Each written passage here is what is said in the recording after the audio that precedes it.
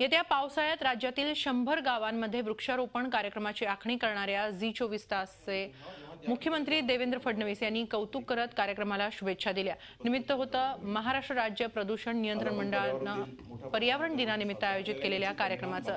झी24 तास आणि वनराई पुणे यांनी संयुक्तरित्या वृक्षारोपण कार्यक्रमातल्या मुंबईत यशवंत चव्हाण सेंटरमध्ये पार पडलेल्या कार्यक्रमात झी24 तास या अभिनव कार्यक्रमाबद्दल कौतुक करत शुभेच्छा देण्यात आल्या।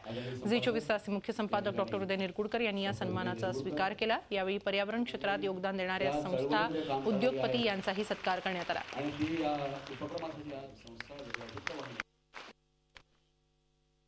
झीचं देखील या ठिकाणी अभिनंदन करतो की झी24 तासने एक अतिशय चांगली ही लोक चळवळ या ठिकाणी सुरू केली आहे की ज्या लोक चळवळीच्या माध्यमातून जलसंवर्धन, जलसाक्षरता या सगळ्या गोष्टी ऐरणीवर येणार आहेत। शेवटी माध्यमांची आपली एक शक्ती असते।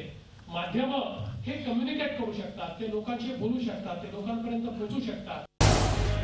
झी24 तास रहा एक पाऊल पुढे।